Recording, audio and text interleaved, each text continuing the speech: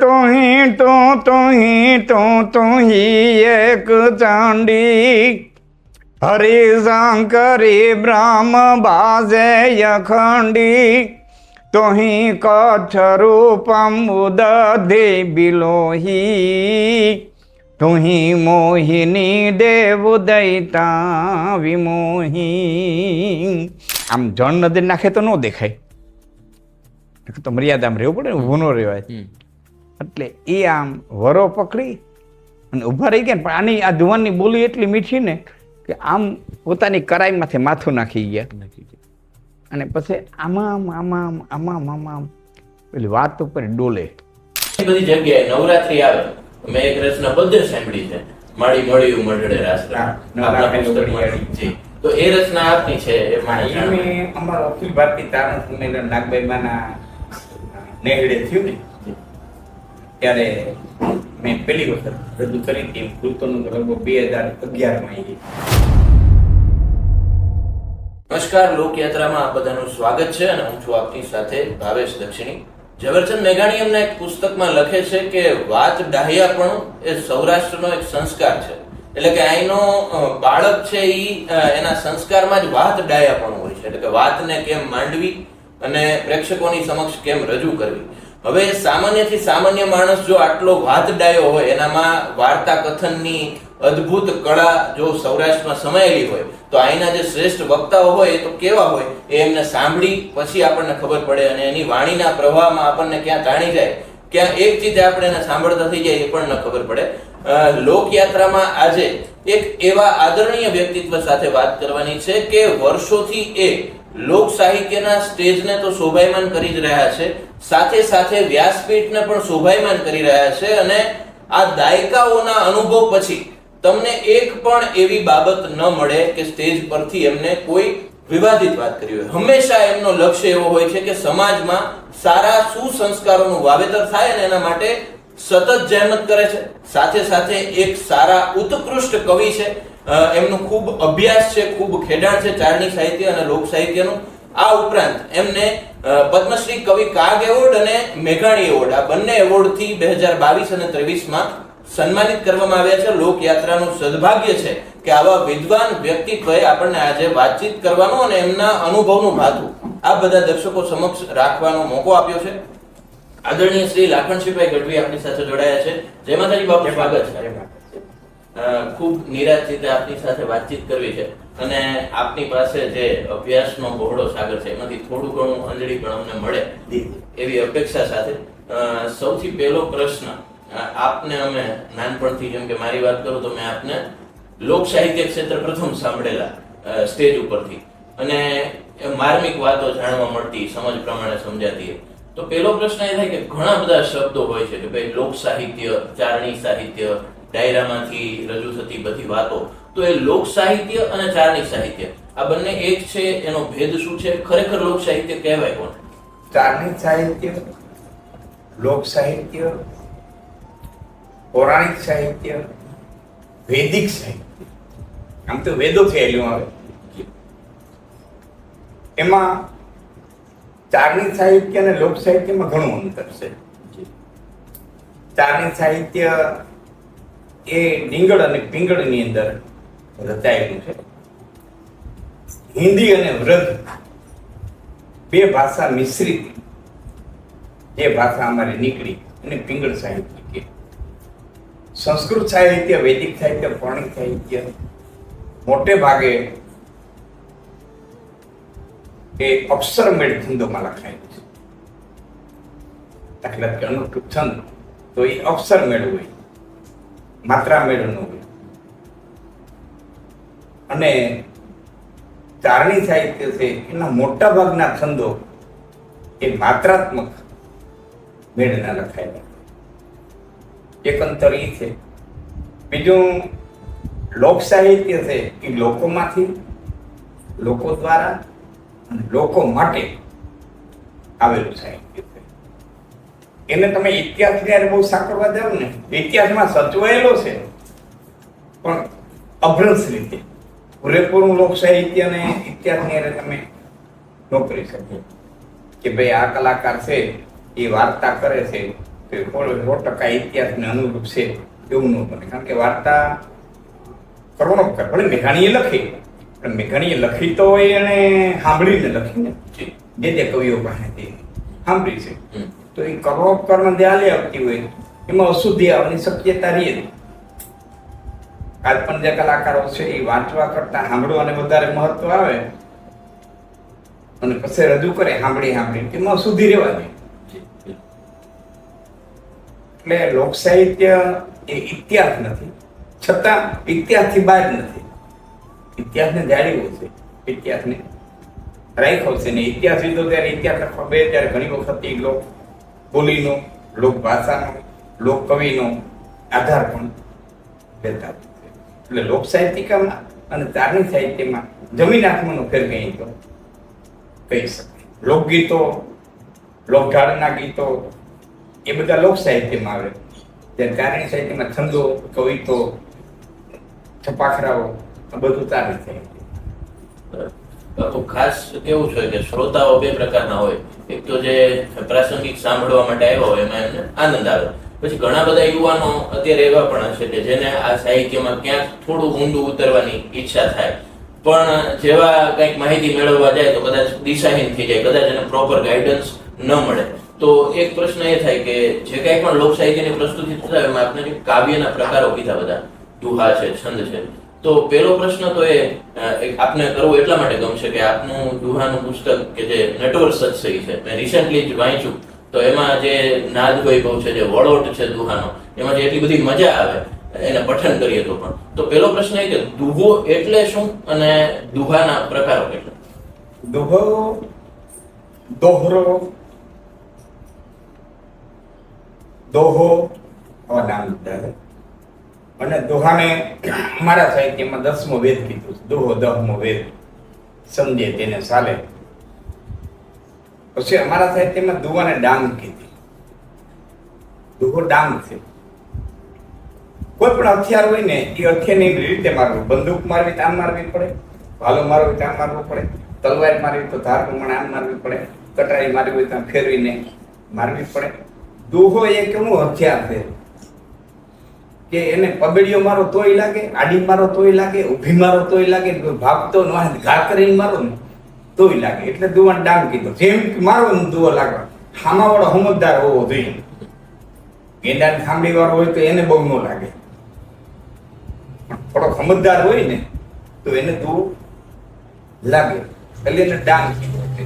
બીજું દુહાના 8 પ્રકાર છે. સોઠો, આમ તો 13-11 માત્ર દૂર હોય. બસ એના તરણ આડાવડા થાય એના ઉપર એના પ્રકારો પડ્યા. 4 પ્રકારના દુવા એવા છે કે તરણ આડાવડા થાય. છેલ્લા તરણે પ્રાસ મળે તેને પૂર્ણ દુવો કી, પેલું તરણ ત્રીજા તરણનો પ્રાસ મળે તેને સોઠો કી. તુલસીદાસજી મેં રામાયણની શરૂઆત સોઠાથી કરી, એને સોઠો કી. સોઠાનો પ્રયોગ જાદુ તુલસીદાસજીએ કર્યો છે. પછી આમ 53 પ્રોસમાં પેલું તરણ અને ત્રીજા તરણનો પ્રાસ મળે તો એને તુવેરી કી. આ 3 પ્રકાર એના પ્રાસવાળા બીડા. પછી એમાં પાછા અનેક પ્રકારો પડે. સંખ્યાત્મક, જેમાં સંખ્યા હોતી હોય કે ભાઈ આટલા જણાનો વિશ્વાસ ન કરવો, આટલાને પાસે ન રાખવા, આટલાથી છેટું રહેવું, આટલાનો સંગ ન કરવો, આટલા કોઈ દી પોતાનો ન થાય. નદી નારીન વેપારી તર ધારાન તોરી ગેતા વારાને અપના અમલ પહાન તોરી. અપણી કોઈ દી પોતાનું ન થાય તો પેટવાન પહા કોઈ દી પોતાના ન થાય, નાગ કોઈ દી પોતાનો ન થાય. એમ આશા પાસા અગન જળ ઠગ ઠાકર ને કુનાર એતા ન થાય આપણા સરતો સાવધને સોનાર. આ 10 જણા કોઈ દી પોતાના ન થાય. એમ સંખ્યાત્મક દુવા હોય. પછી એથી દુહાનું કદ વધ્યું, દોઢિયા આવ્યા. એક દુવું બોલાય, પાછું એનું ચરણ આવે, પછી 2 વાર થાય ચરણ, એટલે એ દોઢો દુવો થાય. પછી કુંડળી આવ્યા દુવા, એમાં 6 ચરણ હોય. પેલું ચરણ પાછું છેલ્લે આવે, ચોથું ચરણ પાછું 5માં આવે, એ કુંડળિયા થાય. છગડિયા થાય. આમ છગડિયા, કુંડળિયા, રામાવાળા અને તુવેરી, સોરઠા ટોટલી મળી અને 8 પ્રકારના દુહા થાય. તો હવે અત્યારે છગડિયા અને કુંડળિયાને બહુ કોઈ બોલતા નથી. ક્યારેક ભજનની સાખીવાળા ભજનમાં અમુક સાંઈ દરવેશના કુંડળિયા બોલે છે, પણ એ બહુ નથી બોલાતા. આ 2-3 પ્રકારના દુહા બોલે. બરાબર. અને દુહામાં તમે જેમ કીધું એમ કે બહુ નાનું એનું બંધારણ, 2 જ ચરણ, પણ એની જે ઇફેક્ટિવનેસ છે લોકો સમક્ષ જાય અને અસર કરે એ અદ્ભુત. તો ઘણા બધા યુવાન કવિઓ કદાચ આપણને જોઈ રહ્યા હોય તો બધા દુહા લખવાનો પ્રયાસ કરતા હોય. આપ એક યાત્રામાંથી પસાર થઈ ચૂક્યા છો, ઘડાઈ ચૂક્યા છો દુહા લખવામાં, છંદો લખવામાં. તો એ યુવાનોને માર્ગદર્શન મળે એના માટે સારો દુહો લખવા માટે કંઈક એવી પ્રાથમિક બાબતો હોય કે જેનું ધ્યાન રાખવું જરૂરી, તો એ કઈ? પ્રાથમિક બાબતોમાં તો ખાસ તો છે ને આપણા ધર્મને અનુરૂપ અને ખંડન મંડળની પ્રવૃત્તિ, મંડળની થાય સારું, ખંડન પ્રવૃત્તિ ન થાય એવો માલિક કોઈ શબ્દોચ્ચાર ન થાય. બીજું 9 પ્રકારના જે રસ કીધા છે એમાં વિભત્સ રસને સ્ટેજ ઉપર લેવાની મનાઈ છે. દુવામાં કે વિભત્સ શબ્દ આવવો ન જોઈએ. પછી જુજુપ્સા એટલે કે અરુચિ ઉત્પન્ન કરે એવા શબ્દો, આંખના તેપડા, આમ કે તેમ, એવો કોઈ ઉલ્લેખ થવો ન જોઈએ. ત્રીજું, દુહા 4 ચરણનો દુહો હોય, એક ચરણની અંદર 2 તો પ્રાસ મળવા જોઈએ. માધવ નથી માગતો, અમારો દુહો બહુ પ્રખ્યાત છે. તો માધવ નથી માગતો, માધવ અને માગતો 2 શબ્દ મળે પાછા મયમાં. કરોડ રૂપિયા કીર્તાર, ક્રોડ અને કીર્તાર એ મળે. એક ચરણમાં ઓછામાં ઓછા 2 વર્ણાનુપ્રાસ હોય, છેલ્લે અંત્યાનુપ્રાસ મળવો જોઈએ, અથવા તો તુવેરી પ્રમાણે આમ પ્રાસ મળવો જોઈએ.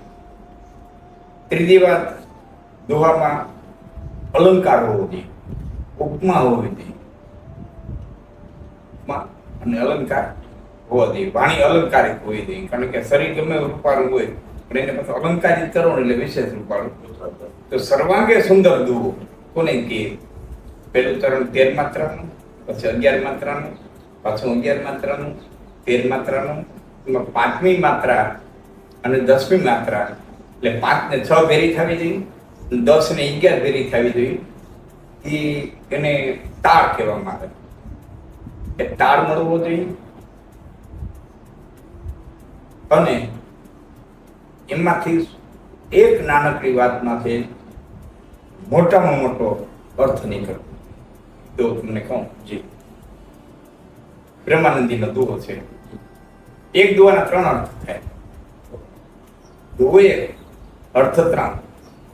તરણ તરણ ચિંતા કરત, ભાઈ અને સૌર્ણ ભોર, સુવર્ણ સૌર્ણ ઢૂંઢત ફિરત, કવિ કામી ટો. બ્રહ્માનંદ છેલ્લે મૂડી ગયેલા, મૂડી મંદિર. હવે પેલા ચોરને લ્યો તો, ચોરને લ્યો તો દુવાનો અર્થ શું થાય? કે તરણ તરણ ચિંતા કરત. ચોર છે વિચારે કે હું જે ડગલા ભરું છું એ સવારે કે મારા ચોર પગલા ઓળખવા નહીં આવે ને, હા ચોર પગલા ગોતવા નીકળતા, ખબર કે મારા પગલા વર્તી નહીં જાય ને, એટલે એક એક ડગલે ચિંતા કરે. તરણ તરણ ચિંતા કર, ભાઈ અને સોરણ ભોર, ચોરને હવાર પડી જાય ગમે નહીં, કે અવાજ થાય તો ઝબકી જાય એ ગમે નહીં. સુવર્ણ સુવર્ણ ઢૂંઢત ફિરત. સુવર્ણ સોનું, સોનું ક્યાં પડ્યું છે? ધન કેના ઘરમાં છે? સતત ગોતતો હોય. કવિ કામી ચોર. હવે કામીને લઈ ગયો. આ ચોરની વાત પૂરી થઈ. હવે કામીને, જે કામી માણસ છે, કામથી ભરેલો છે, તો તરણ તરણ ચિંતા કરો, ડગલે ડગલે ચિંતા કરતો હોય. મને કોઈ જોતું નથી ને, મને કોઈ જોતું નથી ને, મારી પાસે કોઈ આવતું નથી ને, મારી વાહે કોઈ આવતું નથી ને. ભાઈ એને સોરનો ભોર, એને હવાર પડી જાય ગમે ને, એને અવાજ થાય ગમે નહીં.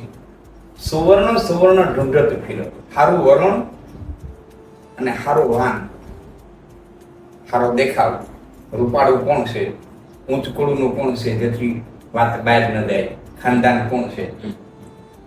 તો સુવર્ણ સુવર્ણ ઢૂંઢત ફિરત, કવિ કામી ચોર. હવે ચોર થઈ ગયો, કામી થઈ ગયો, હવે કવિ. કે તરણ તરણ ચિંતા કરો. દુવાનું એક તરણ લખાય એટલે બીજા તરણની ચિંતા કરે કે આનાથી તળિયા તો લખાય કે નહીં લખાય, આનાથી વધારે સારું લખાય કે નહીં લખાય. તરણ તરણ ચિંતા કરત, ભાઈ અને સોરણ ભોર. કવિ લખવા બે તેને હવાર પડી જાય ગમે નહીં, કોઈ અવાજ થાય તો ખલેલ પડે. ભાઈ અને સોરણ ભોર, સુવર્ણ સુવર્ણ ઢૂંઢત ફિરત. સારું વર્ણન, સારું વર્ણન અને સુવર્ણ એટલે અક્ષર, ક ખ ગ ઘ, એને વર્ણમાળા કહેવામાં આવે. તો સારું અક્ષર અને સારું વર્ણન, કયો અક્ષર લઈને મૂકવું તો મારી કવિતા સર્વાંગી સુંદર બને. તો સુવર્ણ સુવર્ણ ઢૂંઢત ફિરત, કવિ કામી ચોર. દુઓ એ અર્થ 3 થાય. એક દુવાની અંદર ઘણું બધું સમાઈ જાય. જેટલું મહત્વ સંસ્કૃત સાહિત્યમાં અનુરૂપ છંદનું છે એટલું દુવાનું સાહિત્યનું, અને એટલે દુઓ લખવો અઘરો છે. આ બધા લખે છે ખૂબ, પણ એમાં કંઈક 15 માત્રાએ થઈ જાય કે 16 માત્રાએ થઈ જાય. સત્યમાં અમારે ક્યાંક થઈ ગયું, કારણ કે ઘણી વખત ભાવ પ્રધાન હોય, એમાં માત્રા પૂરી કરવા જાય તો ભાવ તૂટી જતો હોય, એટલે પછી ભાવને પ્રાધાન્ય આપ્યું, માત્રાને પ્રાધાન્ય ન આપ્યું. એમ ભાવ પ્રધાન ઘણી વખત રચનાઓ થતી હોય તો 15 માત્રાએ થઈ જાય.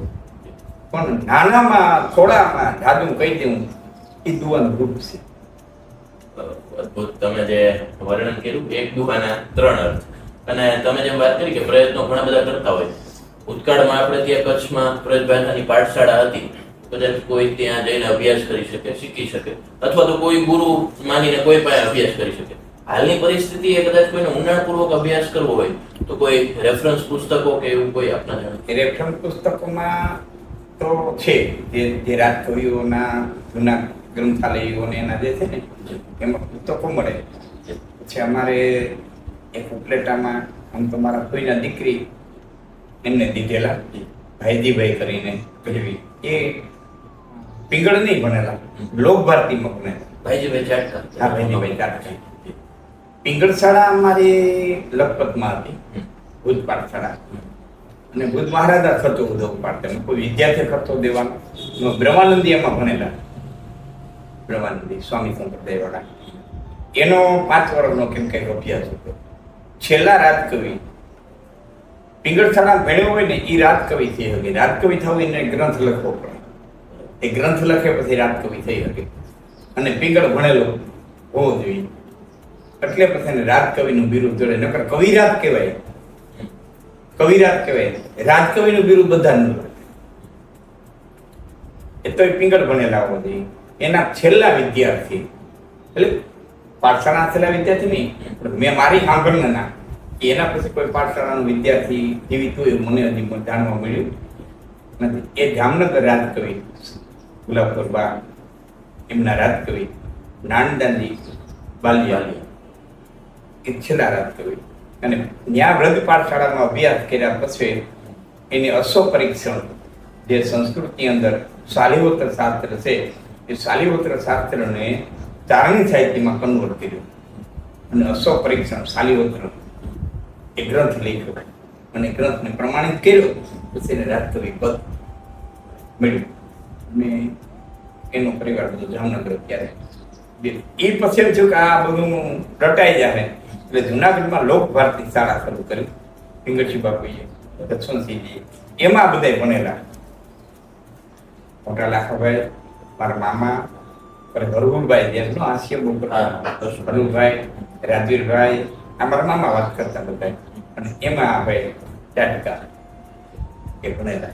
પણ એ પ્રાથમિક માહિતી, દુઆ છંદની, રાગની, ઢાળની પ્રાથમિક માહિતી મળે. એટલે પ્રાથમિક કક્ષાએ આપણે કહીને કોલેજની, પણ એકડિયા બગડિયા એડમિશન થઈ જાય પછી આપણી મહેનત. હવે અત્યારે કઈ નથી. અત્યારે તો એમના લખેલા જે પુસ્તકો છે, વ્યાકરણ અને માત્રા મેળ ને છાંદોગ્ય લખ્યું છે બધું, એમાંથી વાંચી કોઈ. અને હવે તો ઓનલાઈન થઈ ગયું છે, એમાંય પાછું AI આવી ગયું છે, માગો એ આપે. એટલે એમ કરીને તો કોઈ અભ્યાસ કરે તો વસ્તુ નથી. અને મને એમ લાગે છે કે હવે તો AI એવું આવ્યું છે કે તમારે રચના કરવી જ નહીં પડે, કયો એટલે તમને રચના કરી દેશે. ધોરણું કર્યું છે ને કે ગાય એ દે છે, સંગીત દઈ દે છે. તમે આ કવિતા કરી દો, આ વર્ણન લખી દો, કે પ્રકૃતિનું વર્ણન કરી દો, તમે પ્રકૃતિની કવિતા કરી દેશે. એટલે કવિ ઈ છે, કળીઓ ઈ છે, એન્જિનિયર ઈ છે. બહુ સાચી વાત કરી બાપુ. વચ્ચે દર્શકોને એક માહિતી ખાસ આપવી ઘટે કે ઘણું બધું સાહિત્ય કે જે રજૂ થાય છે સ્ટેજ ઉપર, એમાં બાપુએ આપણને વાત કરી કે એમનો દુહો છે માંગુ નહીં હું માથવા વાળો જે છે, ઘણા બધા લોકો બોલતા હશે, પણ એને કહેવાય દુહાને પાક્કું આવી. એમ એટલો બધો પ્રચલિત થઈ ગયો કે કરતા ગૌણ થઈ ગયા અને રચના મહાન થઈ ગઈ. પણ છતાં એની નોંધ આ સમયે લઈએ આપણે એ કવિઓની, એ આપણી યુવા પેઢીની જવાબદારી છે. બાપુ, બીજો એક પ્રશ્ન આપને એ કે ઘણી બધી જગ્યાએ નવરાત્રી આવે, મેં એક રચના બધે સાંભળી છે, માળી મળ્યું મળડે રાસરા, તો એ રચના આપની છે.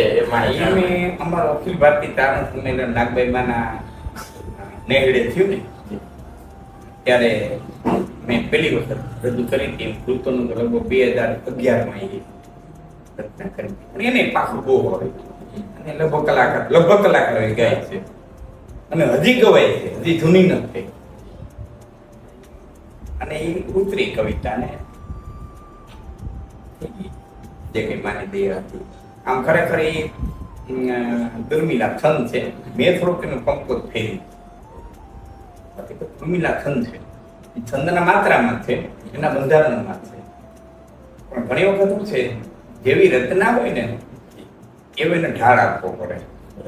હવે હું તમને બે રચના કહું કે એક ખુશીની છે, આનંદની છે, એક દુઃખની છે. બેના માત્રામાં હરખા છે, બેની તાલ હરખી છે, એનું બંધારણ નહીં હરખું છે, ત્રોટકની ચાલ છે, પણ એને એની રીતે જ ગાવા પડે. હું દરેક તમને એક દર્શકો માટે કહું. મેઘાણીની રચના મનમોર બની થન ગાઢ કરે, મનમોર બની થન ગાઢ કરે, મનમોર બની થન ગાઢ કરે. આ બધા બોલે છે. આ જ બંધારણમાં કવિ કાગબાપુએ બેન જાહુની ચિઠ્ઠી લખી, પણ એને તમે આધારમાં ગાવ તો ચિઠ્ઠીનો ભાવ ન આવે. જાડા જા હિરડા નાય દૂધ કરી કુતરે સર સામુ વિવાદ ભરી લીલામાં થલડા કુરબાન કરી.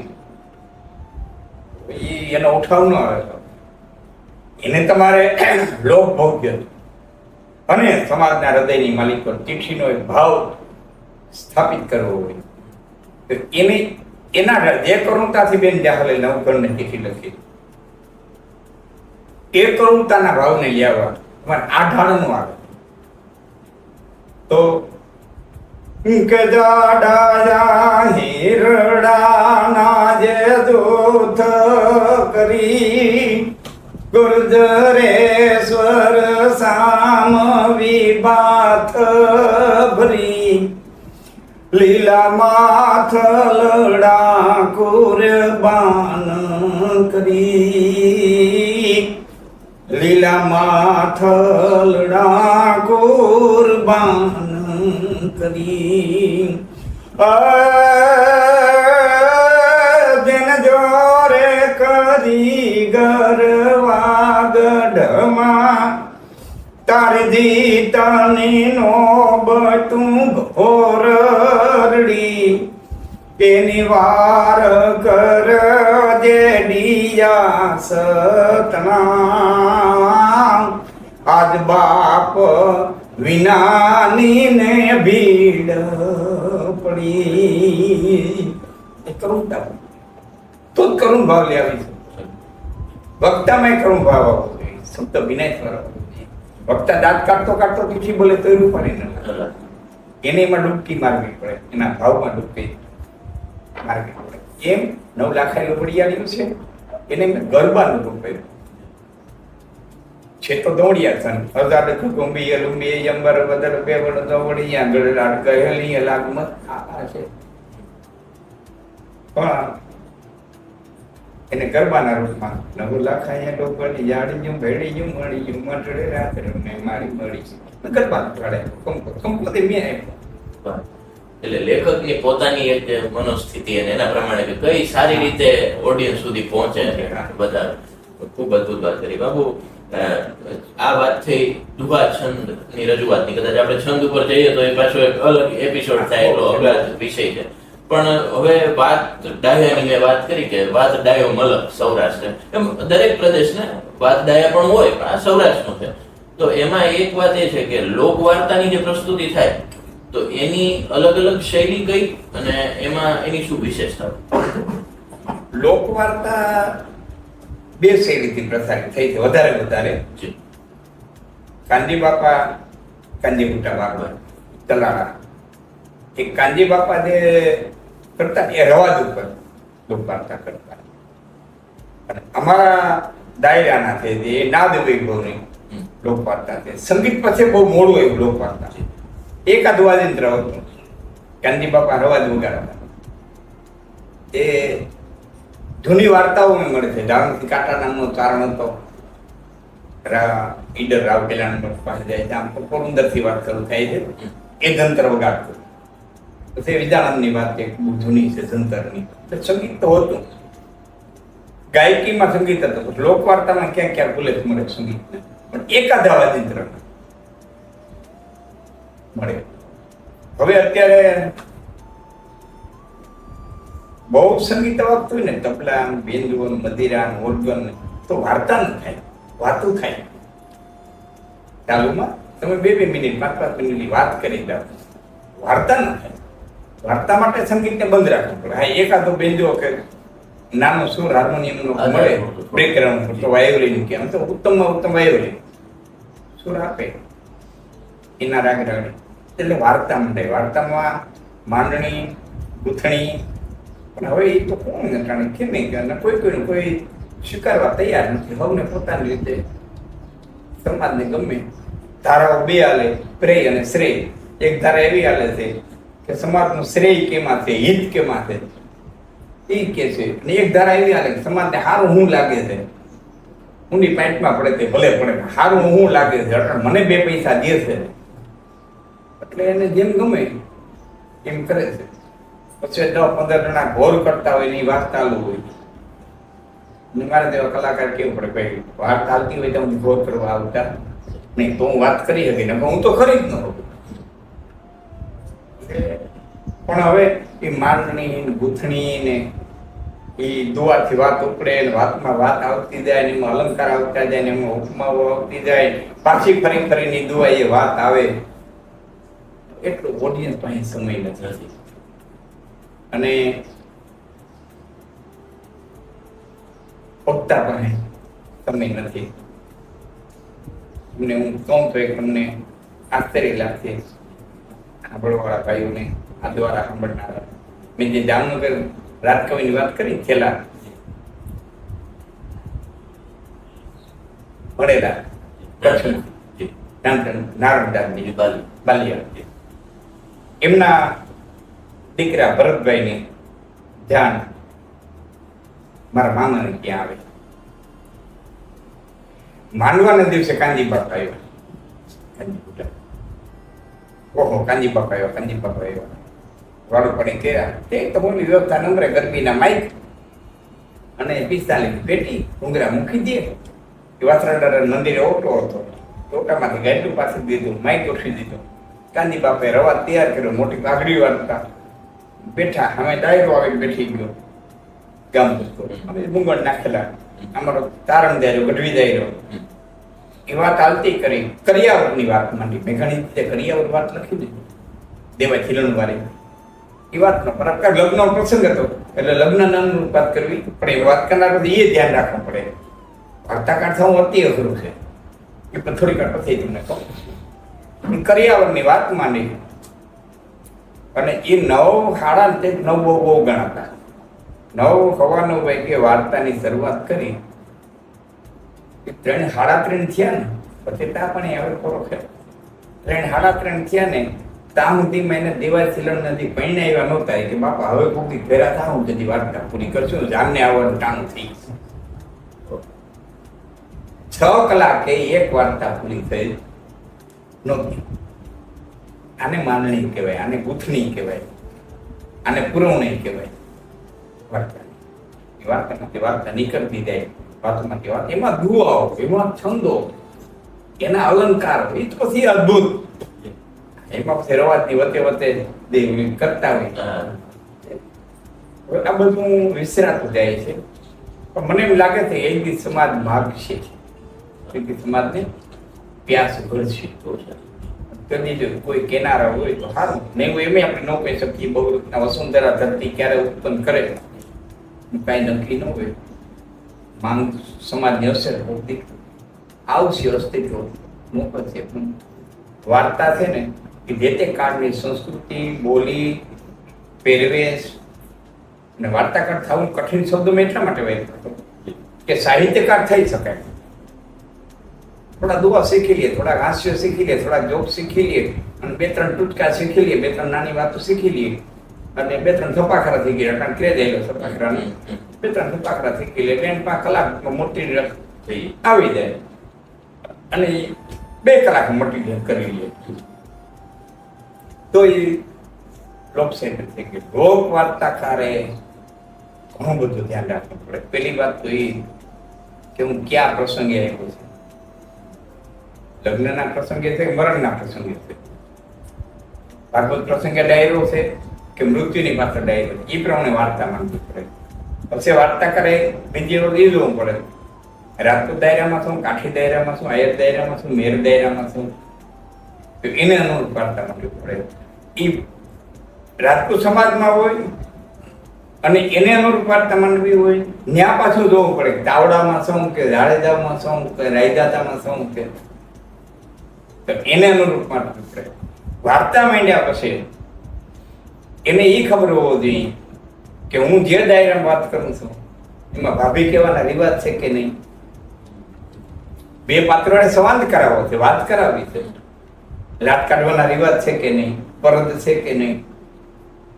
પછી ઘણી જ્ઞાતિઓમાં દેરવટાના રિવાજ હોય, ઘણી જ્ઞાતિઓમાં એને મહાપાપ ગણવામાં આવતું હોય, તો આ રિવાજ છે કે નહીં, તો વાર્તામાં આવતું હોય ન આવતું હોય એને ખ્યાલ રાખવો. દરેકની પરંપરાને ધ્યાન પરંપરા પૂરી પરમ, એના પહેરવેશ, એના ઘરેણા, હા એમાં વર્ણન તો આવે. એમાં ગોરઠિયા દાયરાની મેર દાયરાની વાત આવતી હોય તો વેઠલા પહેરાવાય, બરોબર. કોઈમાં અકોટા પહેર્યા તો કોઈમાં લટકણિયા પહેર્યા હોય, તો એ વાર્તામાં એ પ્રમાણેના ઘરેણા આવે, જમણા આવે. તો જે જ્ઞાતિમાં જમણા પહેરાતા હોય એની જ વાતમાં જમણું આવવું જોઈએ. પછી વાર્તાકારને ભૌગોલિક જ્ઞાન હોવું જોઈએ કે જે સ્થળની વાર્તા કરું છું તો એ સ્થળ ક્યાં આવ્યું, એના આજુબાજુ કયો ડુંગર, કઈ નદી, પછી અહીંથી પાત્રને હાલતો કર્યો અને કાંટાને હાલતો કર્યો પોરબંદરથી જામનગર હડિયાણા પુગાડ્યો, અથવા તો હડિયાણાથી હાલતો કર્યો ભુજ પુગાડ્યો, અથવા તો ભુજથી હાલતો કર્યો ઈડર પુગાડ્યો, તો કઈ કઈ નદીઓ આવી, કેવા ડુંગર વળોટ્યા, કેવા કેવા માણસોનો એને સંસર્ગ થયો. રાજસ્થાનની વાત હતી કે દરિયો ન આવવો જોઈએ, રાજસ્થાનની વાત કે મધ્યપ્રદેશની વાત ચાલતી હોય તો અમે કહેવાય તો દરિયો ન આવવો જોઈએ. એમ સૌરાષ્ટ્રની વાત આવતી હોય ત્યાં રણ ન આવવું જોઈએ. તો ભૌગોલિક જ્ઞાન અને ભૌગોલિક અનુસાર એના વાહન હોવા જોઈએ. રાજસ્થાનમાં હકાવ હોય તો હાંડિયા હકાવે, એનું વાહન હા ઊંટ છે. આ બધું વાર્તાકાર ધ્યાન રાખવું પડે. વાર્તાકાર હવે બહુ ઓછા થતા જાય. મારા બચુભાઈ ગઢવી, અઢવાણ અને કાંદી બાપા, એમના મેઘાનંદ બાપુ હતા, સતરાવન હરવાપણ બાપુ, આ નિરક્ષર કવિ કહેવાતા. કન્યાલાલ મુનશીએ એ જમાનામાં બિરલા માતુશ્રી હોલમાં એમને અમુક સોનામરો આપીને સ્વાગત કરેલું. 3 દિવસ સુધી એની વાર્તાઓ આલેલી અને એ આમંત્રણ જે પત્રિકાઓ છે એ પણ મેં જોઈ છે. હવે બધું વિસરાતું છે, પણ માગશે સમાજ આજ નહીં તો કાલે બરોબર છે. અને લોકવાર્તામાં તમે આ બધી જે બાબત કરી, પછી એક અમે મોટા વડીલો પાસે સાંભળ્યું કે જે રસ તમે કીધા નવેલો, તો એ રસ વૈવિધ્યનું પણ ધ્યાન રાખવું પડતું હશે ને, કે કયા રસ પછી કયા રસની પ્રસ્તુતિ કરવી. એમાં રસમાં એકાબીજાના મિત્ર હોય, એકાબીજાના દુશ્મન હોય. હાસ્ય રસ છે ને એ કરુણ રસનું દુશ્મન છે. એમ રૌદ્ર રસ, વીર રસ એ પાછા મિત્ર થાય. પણ ગમે એટલો રૌદ્ર રસ પીરસાય ને તો એમાં પાછો ઢુકુલ તરીકે વિભક્ત રસ ન હોવો જોઈએ.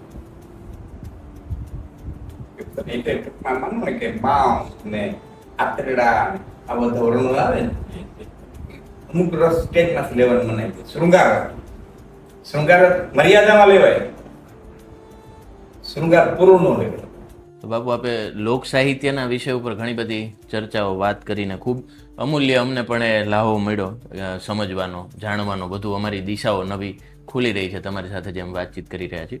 હવે જે પ્રસંગે મળવાનું થયું છે, દેવી ભાગવત સપ્તાહનું અને સરસ મજાનું કથાનું રસપાન આપ આટલા દિવસથી કરાવી રહ્યા છો, અપૂર્ણાહુતિ તરફ છે. તો શાક્ત સંપ્રદાયની ઉપર આપણે આવીએ તો શક્તિ ઉપાસના સનાતન ધર્મમાં કેટલી જૂની એમ કહી શકીએ આપણે, પરંપરા કેવી રીતે આગળ વધી? કોટલા નાયાણી ગામની આ ધરતી ઉપર શ્રીમદ દેવી ભાગવત મહાપુરાણ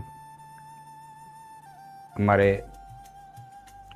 જે વાંચવાનો અવસર મને પ્રાપ્ત થયો સમસ્ત રાજપૂત સમાજ તરફથી, જી અને જયપાલસિંહ બાપુને કિરણસિંહ બાપુને આવ્યા અને વાત કરી. એટલે મેં કીધું ભાઈ કથા એ મારો આનંદ છે, એમાં શક્તિની કથા, શક્તિના વર્ણન ચારણ કરે એને વિશેષ આનંદ હોય. એથી વિશેષ આનંદ મને એ છે કે કોઈ પિતૃઓના મોક્ષાર્થે કે કોઈ કાર્યો સિદ્ધ કરવા માટે કાંઈ નહીં, ફક્ત મા આશાપુરાની પ્રસન્નતા માટે અમે આ કથા કરીએ છીએ અને એમની ધન્યતાને રાજી કરવા, બાકી કોઈ હેતુ નહીં. કોઈ પિતૃઓના ફોટા નથી રાખ્યા, કોઈને સમાજના કોઈ પણ વ્યક્તિઓને લાલચમાં નથી આવો તમારા પિતૃઓને મોક્ષ મળી જાય, એવું કંઈ નહીં. ફક્ત માની કૃપા મેળવવા.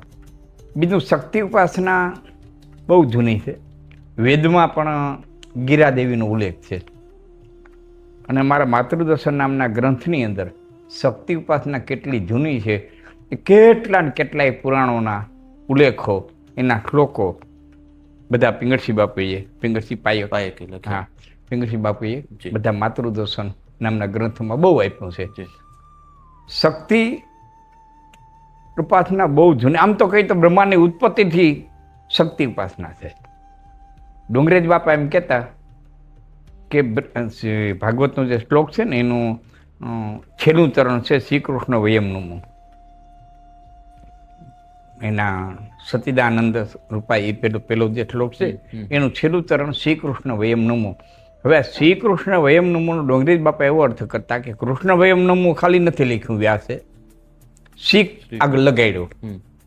એટલે ડોંગરેજ બાપા એમ કહેતા કે બ્રહ્મ છે એ બરોબર છે, બ્રહ્મ છે એ બરોબર છે, પણ બ્રહ્મ શક્તિ આવિષ્ટ થાય ત્યારે કાર્ય કરી શકે. નૈકરો બ્રહ્મ નિરંજન નિરાકાર કાંઈ કરી ન હવે, એને શક્તિને આવિષ્ટ થવું પડે. એટલે શિવ અને શક્તિની ઉપાસના આપણી આદિ અનાદિની ઉપાસના છે. પછી આ બધી ઉપાસના આવી, કારણ કે રામ ઉપાસના તો રામ જન્મ પછી આવી હોય. જી બિલકુલ. નિરંજન નિરાકાર રામ હતો પણ એ બ્રહ્મ. પછી કૃષ્ણ ઉપાસના, પછી એમાંથી જુદા જુદા સંપ્રદાયો આવ્યા. પણ શિવ અને શક્તિની ઉપાસના છે એ આદિ અનાદિ છે. એમાંનું આ પુરાણ એટલે શ્રીમદ દેવી ભાગવત મહાપુરાણ. પુરાણોમાં આની ગણતરી 5મા પુરાણ તરીકે થાય. 18 પુરાણમાં આની ગણતરી 5મા પુરાણ તરીકે થાય છે, એવું મેં એક વિદ્વાન પાસેથી સાંભળ્યું છે. એટલે એ અહીંયા પુરાણની પધરામણી કરી છે રાજપૂત સમાજે. આનંદ પણ મને બહુ આવે છે. પણ હું કથામાંય બોલ્યો છું અને અહીંયા કહું છું કે હું કથા લેતો જાઉં ને એટલે બધા જો કે આમ કરતા હોય છે, 6-7 પ્રકારે કથા હાલી જતી હોય. એમાં ક્યાંક પુરાણ આવે, ક્યાંક શાસ્ત્ર આવે, ક્યાંક લૌકિક વાતો આવે, ક્યાંક રૂઢિઓ આવે, ક્યાંક રિવાજો આવે. એમાં પણ હું વાંચું છું ને એ મારી તારની ઢબથી વાંચું, તારની શૈલીથી વાંચું. એટલે ધીણા ધીણા ધીણા પ્રસંગો અને મોટા વાતો બધું ફેરાફેર વણી જાય. એમાં દુઆ આવે, છંદ આવે અને એક માહોલ જ આખો ચારણી સાહિત્યનો હોય. એ રીતે મજા આવે, ખૂબ મજા આવે. આપણે ચારણી શૈલીની વાત કરી તો એક અદ્ભુત સમન્વય અહીંયા દર્શકોને કદાચ આપણે જણાવ્યો તો એમને પણ ખૂબ આનંદ થાય કે દેવી ભાગવત ગ્રંથ છે તો એ સંસ્કૃતમાં માતાજીના ગુણગાન, માતાજીની ઉપાસના, પછી આવે લોક બોલી કે જેમાં અગાધ સમંદર છે કે પોતપોતાની રૂઢિ, પોતપોતાના મિજાજ પ્રમાણે લોક કવિઓએ માતાજીનું આરાધના કરી છે. તો એ બંનેની આગવી મજા કઈ રીતે છે આપ થોડું ઉદાહરણ સાથે સમજાવો. દાખલા તરીકે અમારા ઢાળ, ચારની ઢાળ, ચારની ઢબ જી હોય સંસ્કૃત જ. શ્લોક તો માતાજીના જે કંઈ હોય દેવી ભાગવતના જી જી એ સંસ્કૃતમાં જ હોય, પણ એને ચારની ઢાળમાં લેવા હોય. દાખલા તરીકે ગીતાના શ્લોક છે તો એને મારે ચારની ઢાળમાં દેવા છે. તો સુપ્રસિદ્ધ ગીતાના 2 શ્લોક એને હું ચારની ઢાળમાં કહું કે યદા યદા હિ ધર્મસ્ય ગ્લાનિર્ભવતિ ભારત અભ્યુત્થાનમ ધર્મસ્ય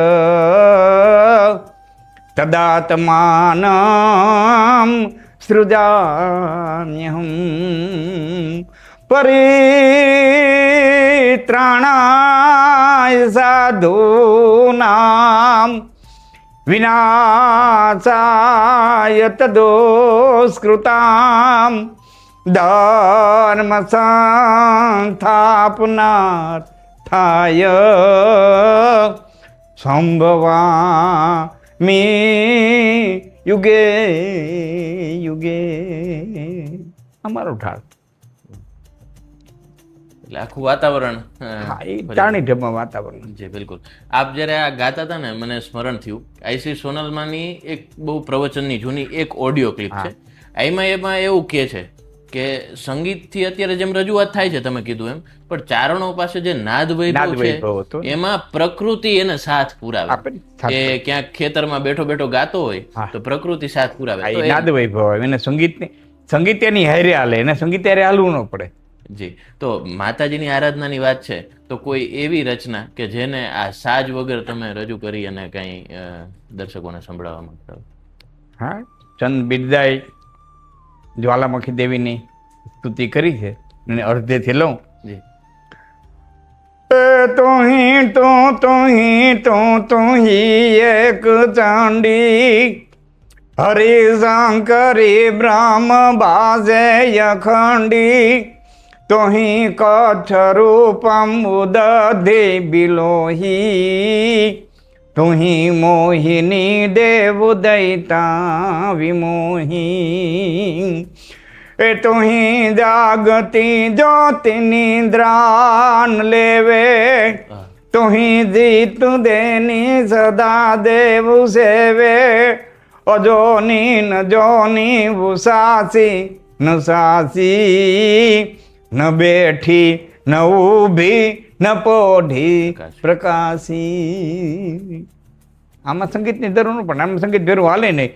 મેઘાણી એમ કહેતા કે તારણી ઢાળ આવે ને સંગીત વિરામ પામે. આમાં સંગીત ન હાલે. બહુ સાચી વાત છે. આપણી વાર્તાલાપના અંતિમ પડાવ તરફ જઈએ તો જેમ લોકબોલીમાં માતાજીની આરાધના કરી તો લોકની વાત નીકળે છે, તો છેલ્લે એક લોકગીતો આપને કેટલા વાલા? લોકગીત મને ઘણા વાલા, અને લોકગીતો એ ઘણું સાચું છે એ હું ઘણી વખત જાહેરમાં બોલ્યો છું. અને જે વાત શાસ્ત્રોમાં હોય એ વાતને લોકગીતે પોતાની રીતે સાચવી છે. દાખલા તરીકે એક ગાયન કહું એની પહેલા એક એમને ધરતીને કહી દઉં. જી જી. કંસના અતિશય ત્રાસ પછી ધરતી છે એ વિષ્ણુને પોકાર કરવા જાય, લક્ષ્મી હામા જડે એટલે ધરતી કહે છે કે સૈયર મોરી રે સૂરજની પછવાડે ચાંદલિયો કેદી ઉગશે. બોલાય છે ત્યારે એમ ચાંદાને પછવાડે સૂરજ કેદી ઉગશે. હકીકતે સૈયર મોરી રે સૂરજની પછવાડે ચાંદલિયો કેદી ઉગશે. કારણ કે રામ હતા એ સૂર્યવંશી હતા, તેતરાયુગ પૂરો થઈ ગયો હતો, સૂર્યવંશી હતા એ અસ્ત થઈ ગયા હતા. કૃષ્ણ હતા એ ચંદ્રવંશી હતા, યદુકુળ, હજી એ ચંદ્ર ઉદય નહોતો થયો.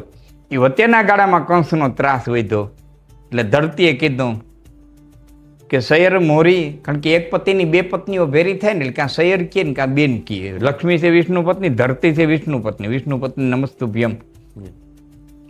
હવે અહીંયા એવું બનેલું કે અહીંયા નારાયણે લક્ષ્મી કીધું હતું કે તમે વિદર્ભ દેશમાં કુંડીરપુરમાં ભીષ્મક રાજાને એની અવતાર ધારણ કરો, આપણે માધવપુર માંડવે ભેરા થાહું. આ લોકકથા એટલે હાઈલા લક્ષ્મીજી ત્યાં ધરતી હામાં દેડા કે સૈર મોરી સૂરજની પછવાડે ચાંદલિયો કેદી ઉગશે. એટલે લક્ષ્મીએ કીધું અમારે હમણાં જ વાત થઈ, ઉગશે શ્રાવણના સોમવારે આઠમની અધરાતે. બોલાય છે હાય તમને સોમવારે, પણ હાય તમને સોમવાર આવી ગયો પછી આઠમ ક્યાં નો મેળ ન પડે, અભ્રત ઘણી થઈ જતું હોય છે. ઉગશે શ્રાવણના સોમવારે આઠમની અધરાતે. પછી લોકગીત વસ્તુ છે ને એવી છે ને, મુખડામાં જ મજા આવે, પછી લોઝિંગ એન્ડ બોર્ડિંગ આવે અને આખે આખી ઝવેરીની દુકાન આવે, પગ પ્રમાણે કડલા, નાક પ્રમાણે નથડી, કાન પ્રમાણે ડોક પ્રમાણે હાલ લો કા લોઝિંગ એન્ડ બોર્ડિંગ આવે ભોજન ઢોલિયાન ભોજન લાડવાન આ રૂમુદમાં કહું જી જી પણ અદ્ભુત ઉપમાઓ માર્મિકતા એનું લોકગીત પેલા ખાલી વાત કરી દઉં. જી જી ભાઈ બેનને હાથમ આઠમ કરવા તેડવા આવ્યો. એ તેડવા આવ્યો જોવાના અને એનો બનાવી સાહેબ બંને બેઠા છે. બેનના અરખનો કોઈ પાર નથી. ભાઈ તેડવા આવ્યા હાથમ આઠમ કરવા. હવે એ શાળા બનાવી બે વાતો કરે છે અને એ વખતે વાતો શું હોય હાથમ આઠમનો તહેવાર માથે આવે છે, અહાડ મહિનો પૂરો થઈ ગયો છે એટલે કેવા વરસાદ ને કેવી વાવણી કેવા દૂધાણા આ જ વાતો હોય આ ખેડૂની. પણ ભાઈને જે બોલી છે ને સ્વર એ મીઠો બહુ, આ મોતીના દાણા જેવા શબ્દ પડે. કોઈ પણ સાંભળે ને એ મુગ્ધ બની જાય. અમુકની બોલી બહુ મીઠી હોય. તો બેનના નણંદબા નીકળ્યા એટલે આ લોકો તો આમ બેઠા છે એટલે પણ પાછળ મકાનના નેવા પડે ત્યાં લાકડાના વરા એટલે નણંદબાએ જોયું તો આમ જણ નજર નાખે તો ન દેખાય તો મર્યાદામાં રહેવું પડે ને, ઊભું ન રહેવાય. એટલે એ આમ વરો પકડી અને ઊભા રહી ગયા. પણ આની આ જુવાનની બોલી એટલી મીઠી ને કે આમ પોતાની કરાઈમાંથી માથું નાખી ગયા અને પછી આમાં આમાં આમાં આમાં પેલી વાત ઉપર ડોલે. એમાં બેન નીકળ્યા. બેન ક્યાંય કોઈ છે નહીં ને મારા નણંદબા કેમ આમ ઊભા રહી ગયા અહીં છે. પછી ઝીણી નજરથી આમ બેને જોયું તો એના ભાઈ અને એના બનેવી સાહેબ બંને વાત કરતા હતા. એટલે બેને નક્કી કરી લીધું કે મારા ભાઈની ભાષા એટલી મીઠી છે ને કે એની વાત ઉપર મારા નણંદબા છે ને એ મોહિત થઈ ગયા અને એમાં એ ઓતપ્રોત થઈ ગયા. એટલે લોકગીત ઉપાડ્યું કે પોપટ બોલે મારા મયરનો. આ પોપટ બોલે મારા મયરનો એ નણદલી ઝૂલે નેવા હેઠ મારી નણદલ. પોપટ બોલો રે બોલો મારા મયરનો. હવે કહે છે કે કયો તો નણંદ બા કડલા રે ઘડાવી દઉં. કાંબિયું મહીરલા જડાવું મારી નણંદ. પોપટ બોલો મારા મયરનો. મારો ભાઈ મને તેડવા આવ્યો છે. જો તમારી ઈચ્છા હોય તો હું સાસુ સસરાને મામા જે જે સંબંધ થતા હોય એને પૂછતી જાઉં અને તમારી ઈચ્છા હોય તો પાછી આવું ને આટો દઈને તે હમૂરતાનો સામાન લેતી આવું, ઘરેણા ઘડાવતી આવી, હાર લેતી આવું, પાર્લો લેતી આવું, કડલા લેતી આવું. આ પોપટ બોલો મારા મયરનો. જોકે લોકગીતોમાં ઝાલાવાડી વખાણા છે. લોકગીત દરેક પ્રાંતમાં હોય પણ ઝાલાવાડી લોકગીત અને વિશેષ પોપ મેળવ્યો છે. હજી મને બહુ એમાં મારો અભ્યાસ નથી પણ વિશેષ પોપ મેળવ્યો છે. ઝાલાવાડી ઢોલ મારું જાંજર વાગ્યાનું.